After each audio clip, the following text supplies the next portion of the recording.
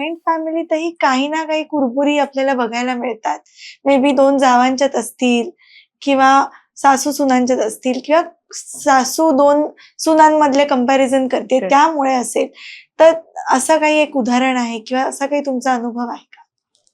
बघा, मी जॉईंट फॅमिलीमधले 2 गोष्टी तुम्हाला नक्की सांगते, की जॉईंट फॅमिलीमध्ये तुम्ही जे म्हणालात ते अर्थात होतं आणि पुढेही होणारच. कारण बघा, आपल्याकडे एक म्हण आहे, जिथे 4 भांडी येतात तिथे आवाज हा होणारच आहे. प्रयत्न आहे कोणत्या भांड्याने सांभाळायचं, है ना? जसं तुम्ही म्हणालात सासू, जॉईंट फॅमिलीमध्ये सासू सासऱ्यांचा रोल फार मोठा असतो. कारण काय असतं, होल्डिंग पॉवर असते तिथे. म्हणजे 2 सुनामध्ये कितीही प्रॉब्लेम झाला तर त्यांना माहितीये की सासूसमोर आपल्याला थोडं तरी शांत राहायचंय. भले तो रिस्पेक्ट असेल किंवा आदरयुक्त रिस्पेक्ट असेल किंवा त्रासयुक्त असेल, कसंही असेल, पण थांबलं जातं. इथे ना, मगाशी मी म्हटलं तसं की 2 चहाचे प्याले फार मोठा रोल प्ले करतात. सासूने दोघींनाही बसवावं आणि सांगावं की ही जॉईंट फॅमिलीची आपल्याकडे ही प्रथा आहे आणि ही प्रथा करणं मला अपेक्षित आहे. तुम्हाला चांगलं वाटत असेल तर नक्की करा, पण करायची असेल तर प्रेमाने करा, दोघींनी एकत्र येऊन करा. कारण मग इथे काय होतं, दोघींना एकत्र समजवल्याने भांडणं वाद कमी व्हायचे चान्सेस वाढतात. आणि मी मगाशी म्हटलं तसं दोघींना एकत्र कोपच्यात घेऊन मग बोलून वेगवेगळा सेटल करू शकतो सोप्या भाषेत.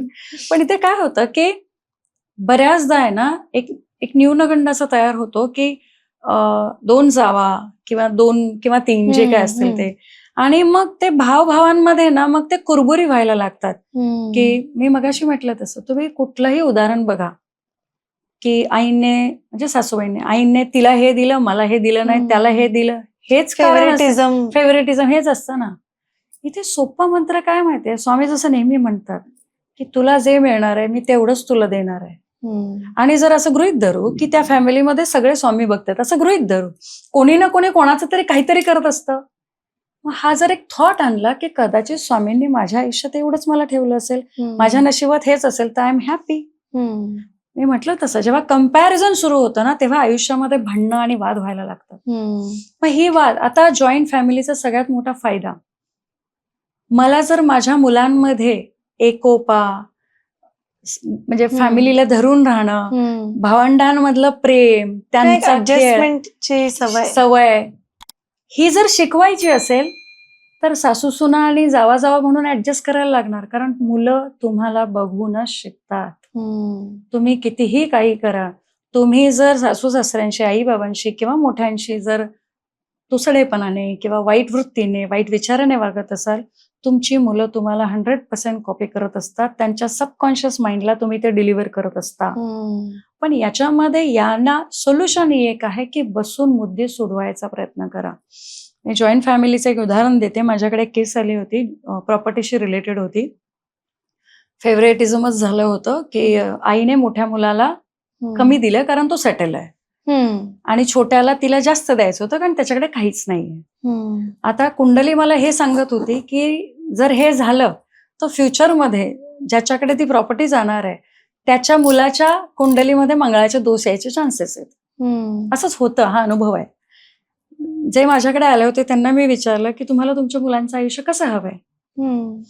त्यांनी दुसऱ्यावर डिपेंड असलेल्या वस्तू सहज घ्याव्यात असं की त्यांनी स्वतःच्या कर्तृत्वावर घ्यावं. ते म्हणाले नाही, काही झालं तरी स्वकर्तृत्वावर. तर म्हटलं तुमच्या भावाच्या प्रॉपर्टीवर स्वाहा करा, पाणी सोडा, किती फरक पडणार आहे. तर म्हणाले 50 लाखाचा लॉस होईल. म्हटलं तुम्हाला काय वाटतं तुमची मुलं कधीपर्यंत हे कव्हर करू शकतील. अहो माझा मुलगा आता एक 4-5 वर्षात सेटल होतोय आणि त्याचं पॅकेजच काहीतरी 12 लाखाचं असेल, म्हणजे 5 वर्ष ना, 12-5 60, तुमचे 60 लाख आले. असं समजा की तुमच्या मुलाला 5 वर्ष उशिरा नोकरी लागली, सोपं होईल की नाही. पण तुम्ही तुमच्या मुलाच्या कुंडलीतला जर तुम्हाला वाटतंय की मी मंगळ किंवा कुठला ग्रह खराब करू नये, आता प्रॉपर्टीचा विषय होता म्हणून मंगळ सांगितलं, तर तुम्ही सहज आणि अगदी मनापासून द्या की जेणेकरून त्यांच्याकडे जरी गेली ना तरी तुमचे रक्ताचे भाऊ आहेत, ते तुमच्या पाठीला पाठ लावून आले, त्यांनाही त्रास नको व्हायला. कारण तुमची परिस्थिती बघता खरंच तुम्हाला कसलीच कमी नाही. बरोबर, तुम्हाला विश्वास नाही बसणार, हे म्हणजे खोटंही वाटेल, पण खरंच त्या जातकाने अगदी मनापासून पाणी सोडलं आणि सांगितलं की ठीक आहे, तुला ठेव, मला काही हरकत नाही. आईला सांगितलं की तुझी इच्छा आहे ना, मी करतो. हे सगळं झालं अवघ्या 6 महिन्यात छोटा भाऊ परत येऊन त्याने स्वतः 50-50 वाटणी करून सगळे हिशोब क्लिअर केले होते. वा. म्हणजे तुम्ही तुमची एक स्टेप चांगली घेतलीत ना, तर स्वामी तुमच्या मागे बसलेत, ते तुम्हाला परत आणून देणार आहेत. आणि जॉईंट फॅमिलीचे सगळ्यात महत्वाचे फायदे माहितीये का काय?